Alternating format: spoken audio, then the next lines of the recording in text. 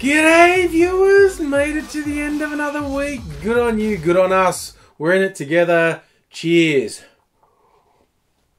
Time for looking at some totally fucked up Friday. And look, a lot of actually genuinely shit, awful, depressing things happened this week. And I'm going to pretend they didn't. I'm going to talk about death and destruction.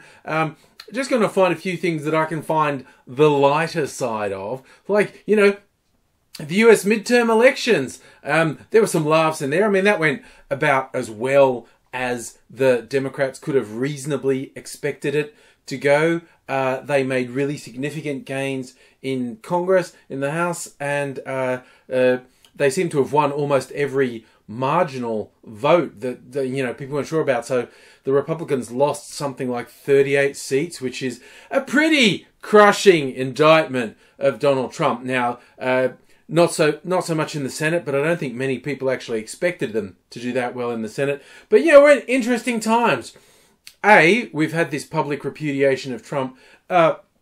B, now the Democrats can launch all sorts of investigations, get people to testify, subpoena people to come and say, hey, what have you found out about Trump and his motherfuckers? And there are all these rumours that Trump's in a really bad mood, that he's depressed, that he's withdrawing, and that's all fucked up. And I mean, that's funny, you know, apart from the fact that he's basically the head of the world's biggest military and biggest economy. So apart from the potential downside of manically depressed psychopath in charge of all that stuff, you know, it's funny. I want to single out one thing I saw just today, actually, that made me laugh, because a lot of young women got elected for the Democrats, not so much the Republicans. Like, I saw this list of, there's this whole bunch of Democrats going in for the first time, and more than half of them are women, and all these other statistics. And of the Republicans going in for the first time, I think there's one woman, and there's only two in total who aren't white men, which kind of says it all. But you know, there's funny, and one of the shining stars, one of the ones who's everyone knows, is Alexandria Ocasio-Cortez, and I've probably pronounced that terribly wrong. She's been singled out because she describes herself as a democratic socialist, like Bernie Sanders. So, that's pretty radical and scary and whatnot. Like, Infowars had a truly great, absolutely nonsensical headline on their site that said, "Ooh, socialist wins in New York, bringing America closer to complete corporate control," which shows a singular lack of understanding of both socialism and corporatism. But hey, it's Infowars, so what the fuck? But, you know, if anything's making you depressed, you can find something, you know, if you're not a shithead, in the midterms to smile a bit. Like, one of my favourites was people pointing out, hey, if you're in a bad mood, just think, Mike Pence, in his role as, you know, head of the Senate, as vice president, he will have to swear in 2 women on the Quran, because 2 Muslim women got elected, and they will swear in on the Quran, and that ought to do Mike Pence's head in something serious. Which, again, good for a laugh. You know, we might be facing annihilation, either short or long term, but, you know, let's have a laugh in the meantime.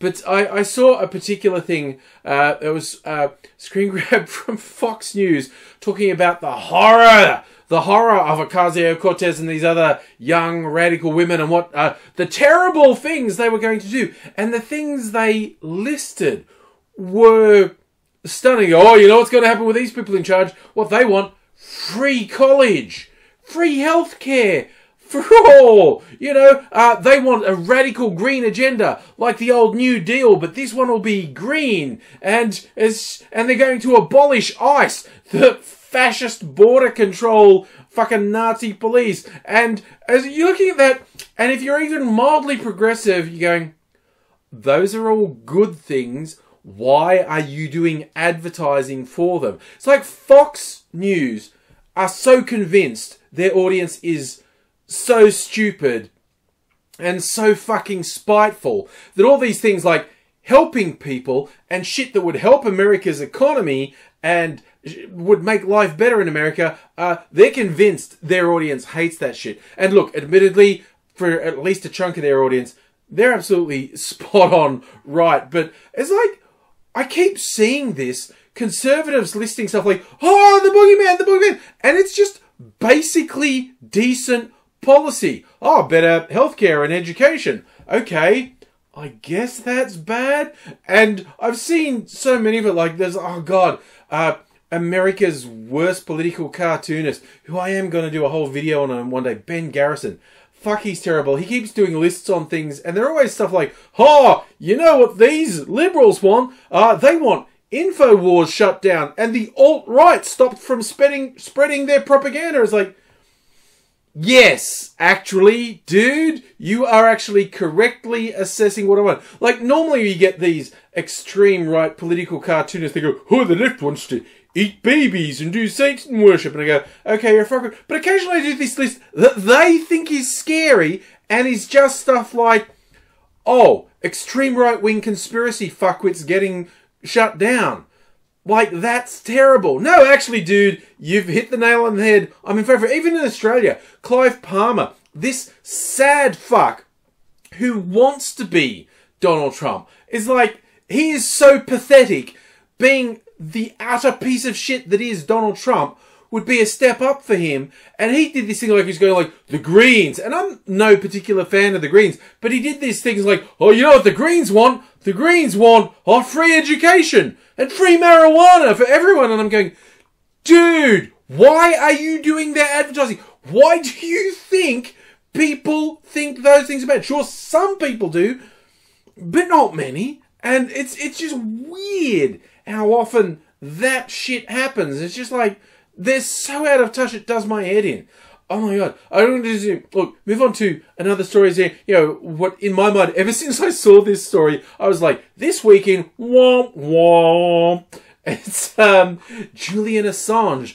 There are charges being prepared against him in the US. Now, that's a tough break, isn't it, Julian? It's like, you know, all that sucking up to tyrants like Trump and Putin, and the Trump regime still seems to want to prosecute you. Oh, that didn't quite work out the way you want, didn't it, Julian?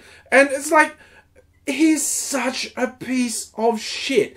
He's gone so far to the right. He's just spread conspiracies, like blatantly untrue conspiracies. He's supported the Trump machine. He's supported Putin. He's just lost his connection to reality. And it hasn't worked in his favour.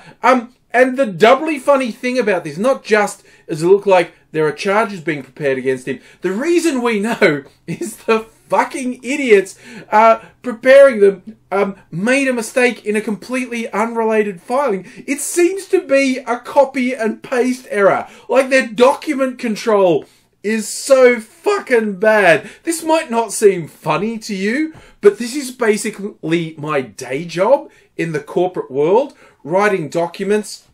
And there's always some crossover, and you always use the same templates, and you reuse some material, and there's copy and paste. But document control is the key thing. Only send the right information in the right document to the right people.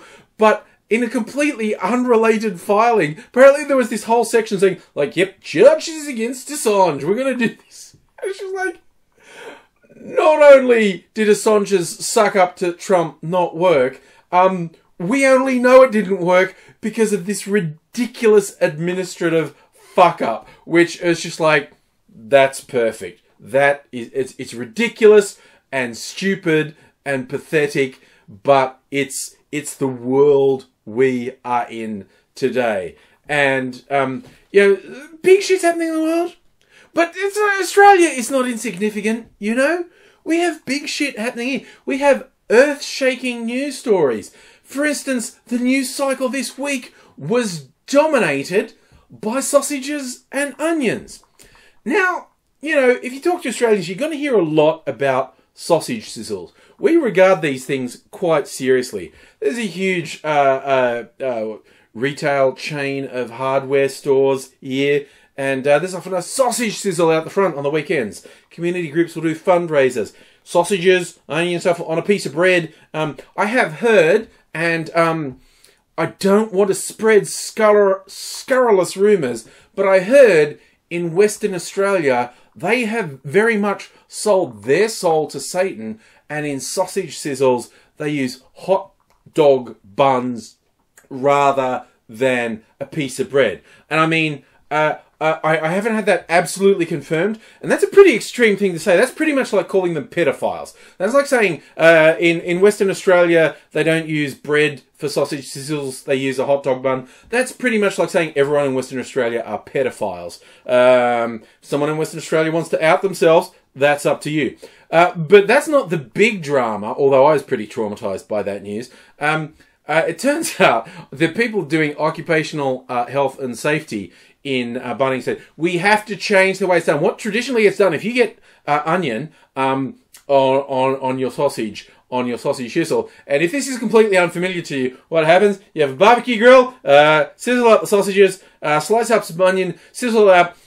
The onion, I think the technical term for how the onion is prepared is burnt to fuck, and it tastes great. And piece of bread, put a sausage on it, onion on that, and maybe some sauce on it. Most people put sauce on top of that, and off you go. Now, what has apparently happened? This is unsafe. The onion slips off in the hardware store, and it can cause slippage. And in fact, everyone was, when this story came out, that the Oc Health people said, you have to change. You can't put the onion on top. The onion has to be on the bottom, then the sausage on top, and that will be safer. And everyone's going, what the fuck is this bullshit? And then a story came out that a dude had actually been injured. He was walking through the hardware store, and he slipped on a piece of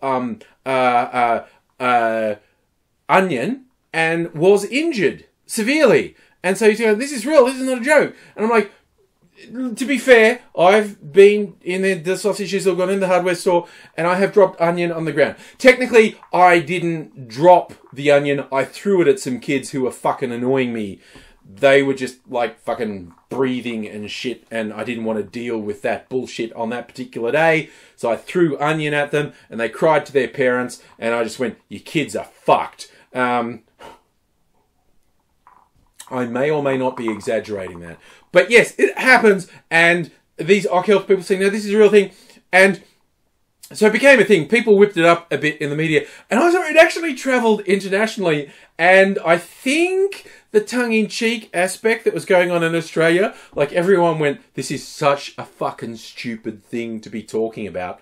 Let us talk about it in a hyperbolic fashion. Mentioning it at all is stupid, so let's actually talk as if it's important. And then it's getting reported in like the New York Times about people in Australia are losing their fucking minds over this. And we're going, okay, I don't think the sarcasm translated all that well. I don't think the fact that all of us are, as we say it, going, this is such a stupid fucking thing to be talking about.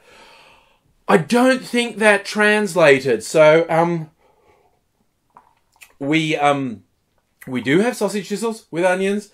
This is a real thing that happened. We do kind of take them seriously. My state election's coming up, and I'm looking forward to democracy sausage. And honestly, looking forward to throwing more onion at the supporters of the political party I don't like, because their whole campaign has been racist fucking bullshit. But yeah, if you're outside Australia and you saw this and you go, Australians really that worried about sausages and onions? Well, yes and no. Yes, in that it was a thing that happened. No, in that the entire time we're talking about it, we were going, wow, this is a dumb fucking thing to talk about. But you know, in the world we live in, sometimes if you focus on something that's utterly absurd, it can stop you from wanting to fucking off yourself at how fucked the world actually is.